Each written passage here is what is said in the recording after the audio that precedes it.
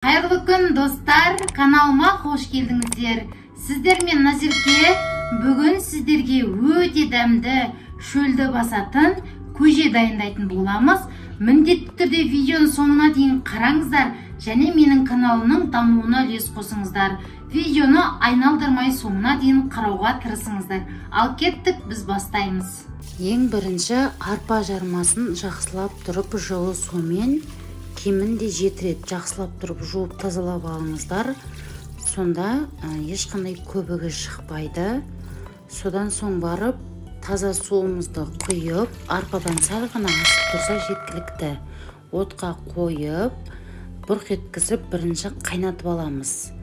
Осылай бұрқылдап қайнап бастаған кезде дәміне қарай тұзын салып, жақсылап араластырып, оттың астын ең төмен отқа қойып, қақпағын жартылай жауып, 40-45 минутқа қойып пісіріп аламыз. Міне осылай суы тартылады. Осылай толықтай пісіп шыққаннан соң айранымызды толықтай құямыз. Айранымызды толықтай құйып болғаннан соң жақсылап тұрып араластырып, ұсына берсеңіздер болады.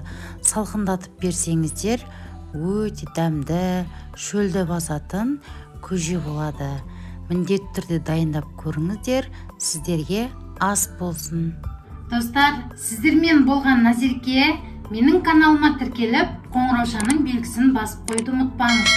Қоңыраушаның белгісін все деген батырмасына қойып қойсаңыз, менің әрбір салған рецептімді ең бірінші болып сіз қарайтын боласыз. Менің каналымның дамуына үлес қосыңыз. Сіздермен болған Назерке, келесі кездескенше сау болыңыздар.